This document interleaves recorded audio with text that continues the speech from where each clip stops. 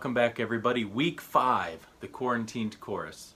What we're going to be looking at this week is English diction and how to get the best possible results that we can. What's striking to me about this is that when looking at our videos today between Robert Shaw and Don Newen, is that the techniques are very much the same and they're very easy. This is not a difficult thing for us. It may be foreign to us and unusual. It's not the way we speak in everyday language. It's certainly not the way I'm even speaking to you right now. But it's not hard to do if we have the right mindset about it and we do things in a choral sense as opposed to just a regular speaking sense. It's the same with the way we sing with energy, beauty, and placement. It's not the way we talk, but it's the way we have to sing. So what I want to do today is I want to start with a few minutes of video taken from the second to last Preparing a Masterpiece that Robert Shaw did at Carnegie Hall. This is a rehearsal. This is, I believe, day 2 of a 4-day rehearsal. This ensemble, when he starts this ensemble, he starts it just doing the words on the same chord. It's a drone chord using the words. Then they add in the melodies and the pitches, which this choir already came with a working sense of the pitches before they started the rehearsals. And listen and watch onto how he integrates the diction and how very precise he is about diction, because you're taking a large ensemble and you're putting a large orchestra in front of it, and you have to get out through a very resonant Carnegie Hall. Take a listen now. No, palord with the pa. 2, 3, and 4. No, the palord together. And the pa begins ahead of the beat, and or comes on the beat. The L comes also ahead of the beat. 2, 3, and 4. And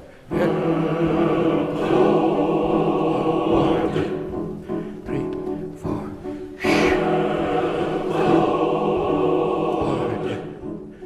When I guest conduct other choirs, most of the time, I think those other choirs feel, well, gee whiz, he's an absolute nut about rhythm, isn't he? He's just absolutely crazy. And the reason I think I'm crazy about rhythm under those circumstances is because they aren't, you see? And I think I go for what's necessary at that moment, and what's mostly necessary. See, a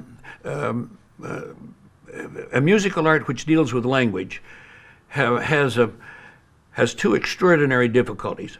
And the first is that speech rhythms are not musical rhythms.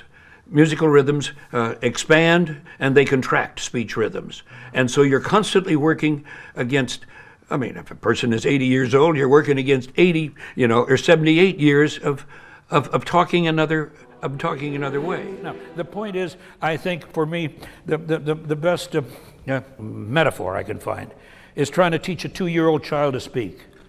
Blessed, blessed, they, that, fear, and 1 and 2. Blessed are all they that fear him. And it's not, there's no such thing as a little mistake.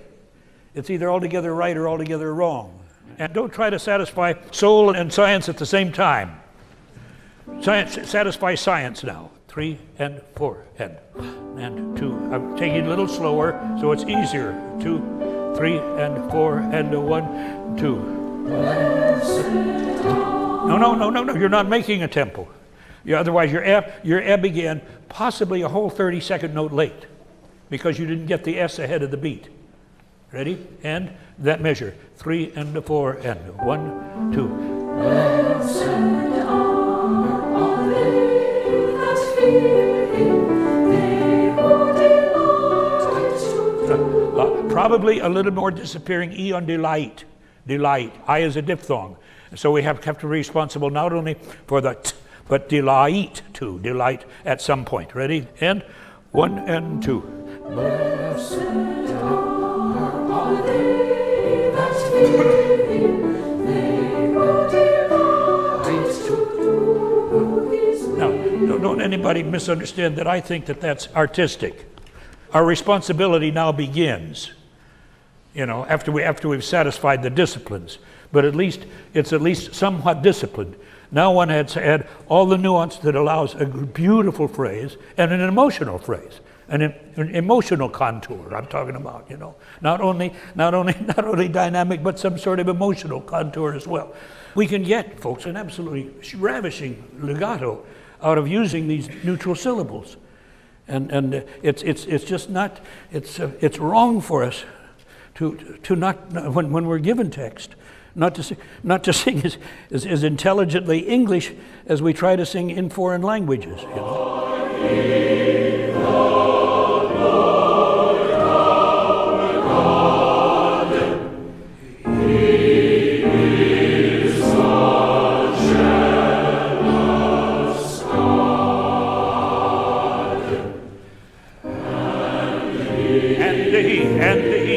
And one and two and.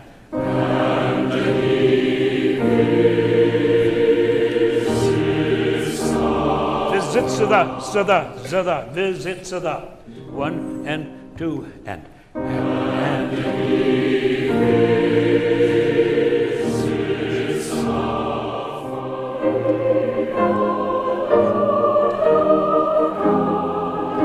I don't hear any duh. God, and ready, God, and God, again, and God. Now, understand that the word is not God. The word is God. And it must, unless there's an explosion, there's only divinity. Ready? For he the Lord. And now, and one, and for he the Lord.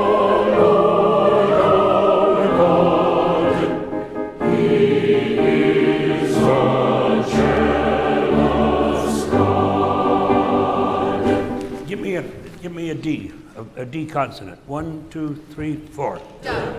Give me T, 2, 3, 4. Da. And an M. Ma. An N. No. NG. No. L. Lo. Right. Every one of the consonants is a damming back of the breath. There is no final consonant unless there's an explosion of sound. It's just 7 years ago, our fathers brought forth on this continent. It never ceases to astound me the precision that Robert Shaw worked with and the absolute knowledge that he had of the score and his ear to catch every nuance that happened while these people sang. Now as we move on, I'm going to let Don Newen explain the 4 rules to English diction. These are the rules he used in his career and the rules that you just saw Robert Shaw use in that video and the rules he used in his career for the Shaw Chorale and Atlanta Symphony and so on. These rules are easy to learn, they're accessible, and they're the ones that we're going to use. It's not difficult to do, it's just new to us. As Don Newen says, he never worked with an ensemble from New York, from the Met, from Los Angeles, nowhere, that he didn't have to work on English diction. That means that we probably need to work on it too. But what's the point of being in a choir if we're not going to make every word we sing heard and understood? Otherwise, we might as well just be a band or an orchestra. We sing with the intent to communicate the words that we use. So that's why we're going to work on these 4 rules and apply them to our choir so that when we go out in the future, every word we sing can be heard and understood. It makes the music that much more special. It allows us to break through that emotional barrier and connect with our audiences. So listen to the 4 rules that break down what we just heard and what we're going to do in the future so that everything we sing can be understood. The most important one that we talked about last night is vowel articulation, top of the page. That means that every word that begins with a vowel, as we said last night, has its own glottal attack. Remember we did that? Would you just do that circle of vowels again with me where we say A, E, I, O, A, E, O, A, E, O. Articulate. A, E, O. That's right. And we said too much is hard on the voice. I should say right now, any good idea taken to an extreme immediately becomes a bad idea. Any idea. Extremism is no good. So if you go A, E,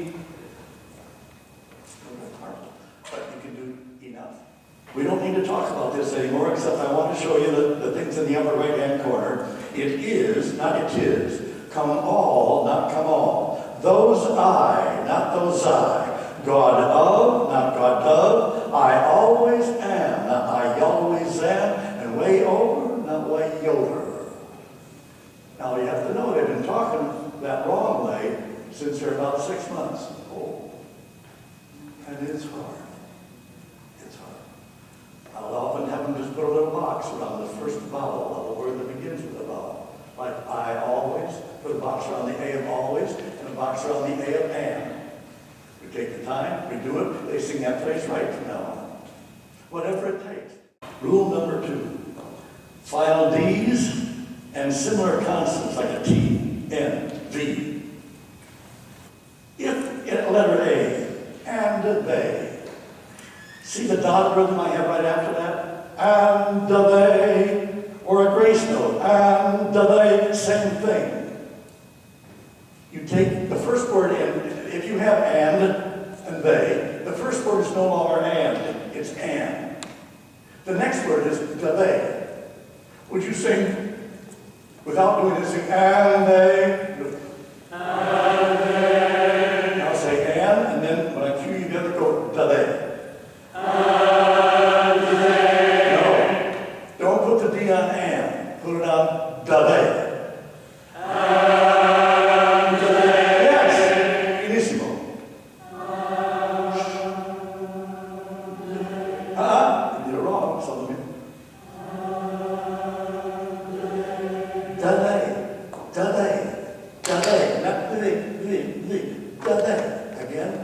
Now sing with a good formation of a vowel.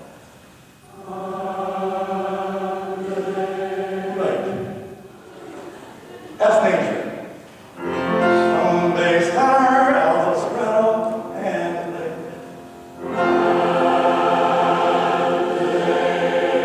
now be sure you do it enough. Don't do it too. We don't want and but do it enough. Don't be casual about anything in singing.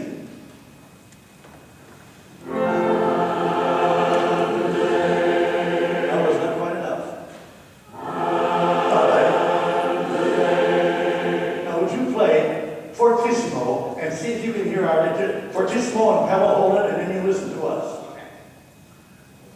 Did you hear it?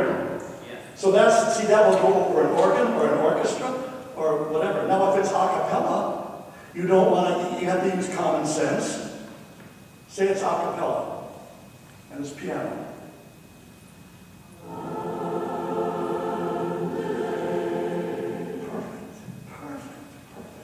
Now say, today, like when are you going today? That, the first word is that.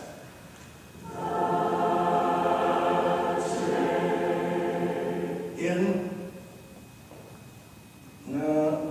live now. Live the now.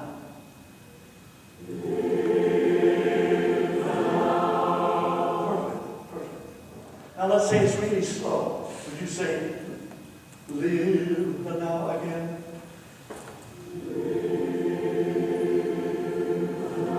So you did it perfectly. Perfectly. Rule number 3. A voiced TH or V. Would you voice a V by going,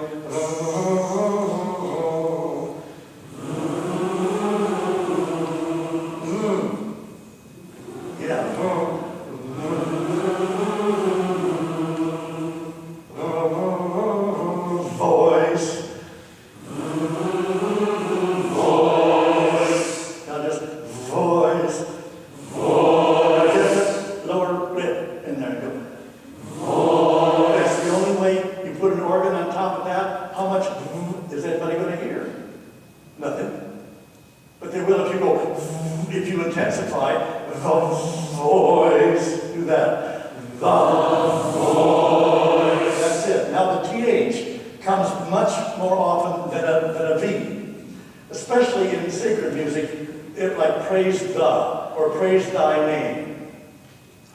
Same thing for a TH. Stick your tongue out in a minute between your teeth and go till it tickles. Now go thee, thy, though, the. Stick your tongue out for each one. Thee, thy, though, the. That's right. Now there are voiceless THs, like in the word think, thought. No tone. Think, thought. Well, those you just have to know where. But you seldom have those. You usually have voiced. Now would you sing, praise thy name, praise thy name. Now, what usually comes out is, praise thy name, praise thy. See why? Praise thy name. Now go, praise thy name, praise thy name. Yes, is the. It's a tongue out from the teeth every time it's a voiced TH. If it's 30 times in a song, it's 30 times in a song. No other way will anybody ever hear that there was a TH at the beginning of that word. There is no other way. Now, we're going to combine that with the one before, where we said, and now. If it is praise thee, do that. Praise thee. Man, maybe you think that when some of us are starting to sing that way again in a vertical way, and it sounds pretty bad. Maybe you want it better than praise thee. So now go praise thee. The first word is pray. The next word is thee. Let's go. Praise thee.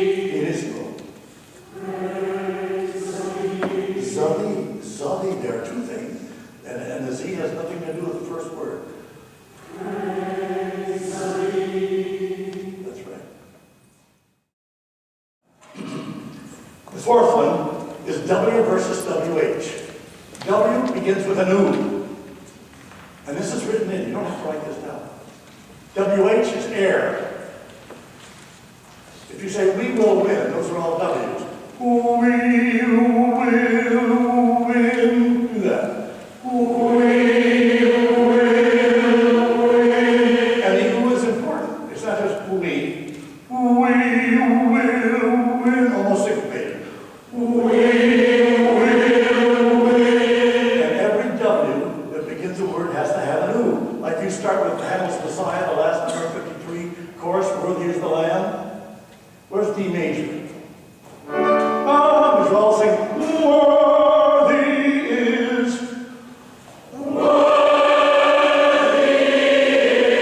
Now, start with an U. Ready? That's right. Once again.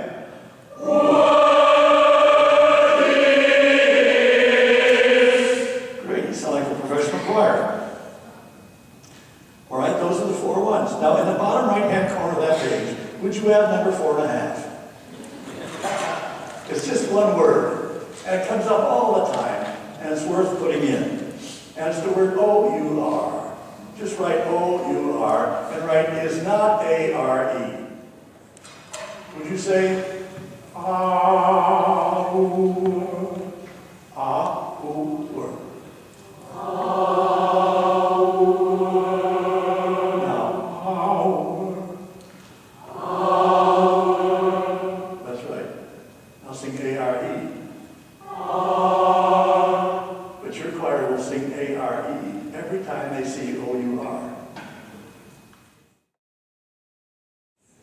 Praise the name.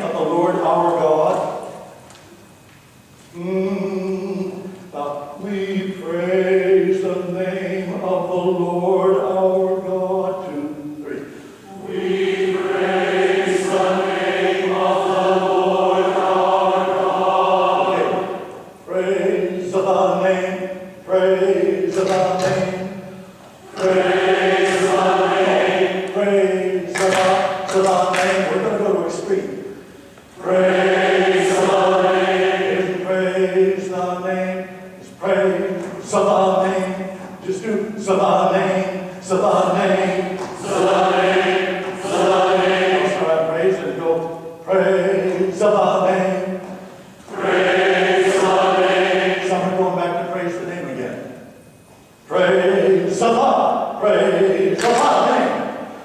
Praise the name. Those who know they're doing it right, do it. Praise the name. That's right. That's right.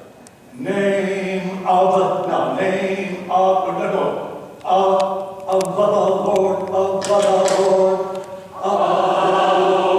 teeth out of the